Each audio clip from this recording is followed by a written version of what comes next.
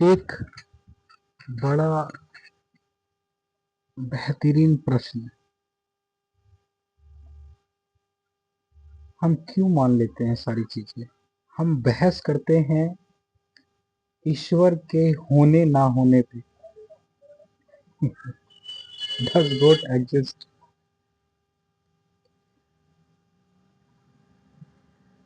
आपको उतना पता होगा जितने आपके पास सवाल होंगे, और सवालों के उत्तर अगर किसी और ने दिए हैं तो जरूरी नहीं है कि सही है या गलत है। मानना, मैं कुछ बोलूंगा तो बहुत लोगों को बुरा लग जाएगा, नहीं बोलते हैं। एक बड़ा बेहतरीन टॉपिक मिला है, ग्रेविटी। सन 1600 से पहले माना यह जाता था कि पृथ्वी फ्लैट है, समतल है। बहुत सारी धार्मिक किताबों में ये सब कुछ लिखा हुआ है कि पृथ्वी फ्लैट है, और ये सूर्य और चंद्रमा, ये सारे ग्रह नक्षत्र हमारे चक्कर लगाते हैं और हम सेंटर में हैं। ये सब आपने सुना होगा। किसी एक इंसान की सोच जागी। सोच उत्पन्न जब होती है जब हम किसी चीज को नहीं मानते। गैलीलियो गैलीली ने नहीं माना कि ये पृथ्वी गोल है, नहीं माना कि ये सारे नक्षत्र हमारे चक्कर लगा रहे हैं। खोज हुई, उसने जो खोजा उसकी वजह से उसको मान्यता नहीं मिली। कुछ धार्मिक किताबों को ठेस लग रही थी, इसलिए मान्यता नहीं मिली। उसके बाद न्यूटन आए। काफी सालों के बाद न्यूटन ने एक सिद्धांत दिया। उसने प्रूफ करके दिखाया कि ग्रेविटी ये होती है। आप जो पूरी कहानी है, पूरी कहानी मैं तो नहीं बता सकता इसमें, क्योंकि टाइम की थोड़ी सी कमी हो जाएगी। आप यूट्यूब, गूगल कहीं पे भी पढ़ लेना। ये कहानी है, इंसानों की कहानी है, तो पढ़ सकते हो। उसने सिद्धांत दिया। उसके बाद 200 साल के बाद एक अल्बर्ट आइंस्टीन ने ऐसा सोचा कि अगर ग्रेविटी है और उस पे हम सूर्य के चारों तरफ घूम रहे हैं, तो ऐसा भी तो हो सकता है कि ये पृथ्वी गिर जाए, या चंद्रमा इसके चक्कर लगा रहा है, चंद्रमा चक्कर लगाते लगाते लगाते गिर जाए। क्यों चक्कर क्यों लगा रहे हैं? सबसे पहली चीज, क्यों लगा रहे हैं चक्कर? क्यों हम पृथ्वी पृथ्वी सूर्य की तरफ चारों तरफ घूम रही है, क्यों चंद्रमा इसके चारों तरफ घूम रहा है, क्यों? फिर उन्होंने एक सिद्धांत दिया। सबसे पहली चीज, 1600 तक हमने ये माना कि पृथ्वी फ्लैट थी। उसके बाद एक सिद्धांत दिया गया, हमने मान लिया, किसी ने किताबों में लिखा। उसके बाद गैलीलियो गैलीली ने बोला कि ये ऐसा था। उसके बाद उस पर न्यूटन ने काम किया। उसने एक सिद्धांत दिया कि ग्रेविटी की वजह से ऐसा होता है कि चीजें ऊपर से नीचे की तरफ गिरती हैं। हमने फिर मान लिया। उसके बाद अल्बर्ट आइंस्टाइन ने यह सोचा कि नहीं, ऐसा नहीं है, अगर चंद्रमा चक्कर लगाता है।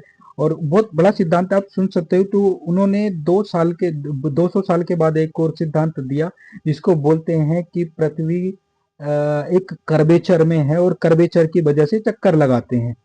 हम फिर मानेंगे, हालांकि नए सिलेबस में ये होगा, हम फिर मानेंगे कि कर्वेचर की वजह से ये चक्कर लगाते हैं। अभी 200 फिर मान लिया। अभी 50, 100, 200 साल के बाद एक और नियम आएगा, एक और कोई उठेगा और वो बोलेगा कि नहीं, ये कर्वेचर नहीं है, ये कुछ और है। है तो कुछ और।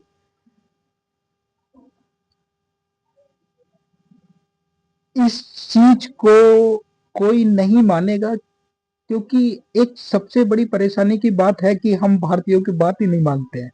हमें आदत हो गई है लोगों की, अंग्रेजों की बात मानने की। तो ये जो सोच उठी, ये सारी सोच बाहर के देश के लोगों को ही क्यों आती है,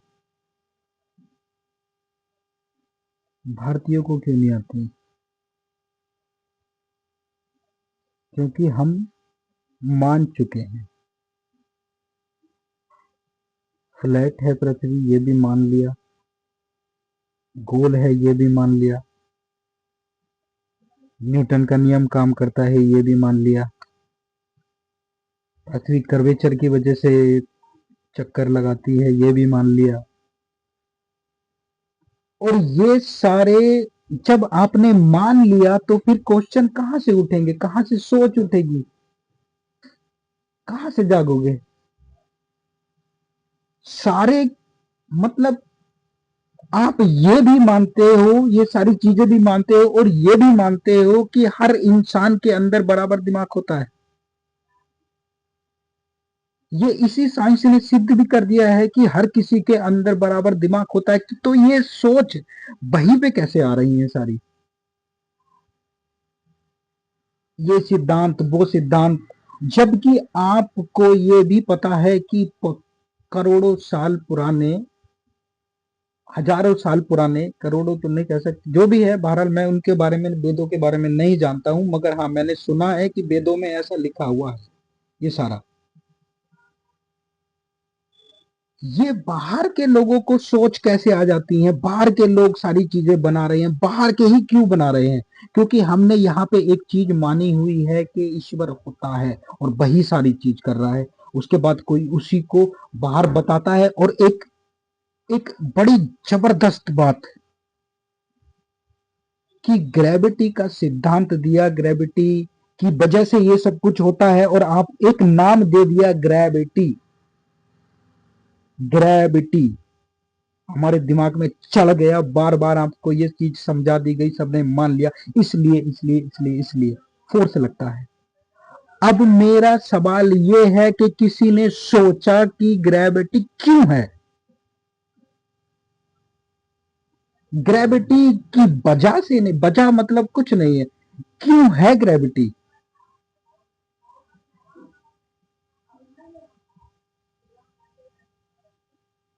ये सोच सकते हो? किसी ने सोचा भी होगा, किसी ने लिखा भी होगा कि क्या वो सही होगा?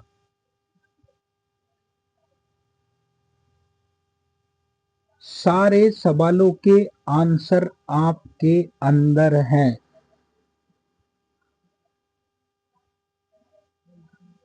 जागने का मतलब नहीं है कि धार्मिक जागना या कुछ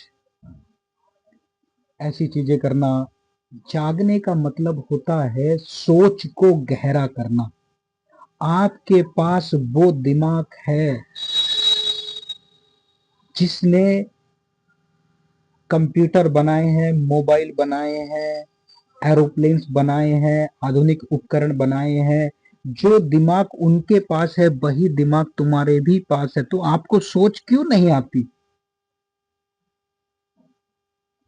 क्योंकि आपने सोचने की कोशिश ही नहीं की है, कभी अपने आप से कुछ पूछा ही नहीं है। आप ये मान चुके हो कि आपको नहीं पता, और जो आप पढ़ोगे वही आपको पता चलेगा, वही आप सीखोगे, मगर ऐसा है नहीं।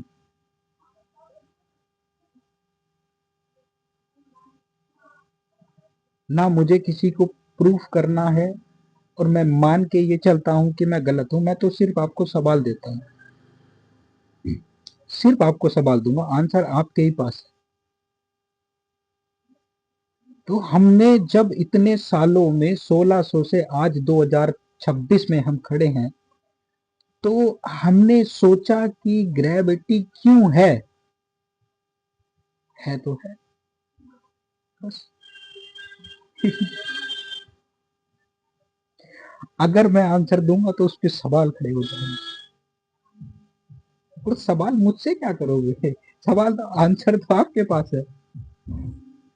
जब उत्तर ही आपके पास है तो सवाल मुझसे पूछने का फायदा? मैं किस चीज पे बहस करूं? ग्रेविटी को मान लिया, ग्रेविटी का अगर कोई नाम बदल के रख दो, ग्रेविटी को हटाओ, कुछ और नाम बदल देते हैं। नाम इसका रख देते हैं मैग्नेट। मैग्नेट की वजह से होता है, मैग्नेट की वजह से होता है। मैग्नेट की वजह से क्यों होता है? क्यों है मैग्नेट? मैग्नेट क्यों अस्तित्व में आई? सारी चीजें सिर्फ एक चीजों से जुड़ी हुई है। सारी चीजें जब आपको समझ आता है, सारी कहानी पता लग जाती है। हाँ, अभी मैंने बोला कि जागने का मतलब नहीं है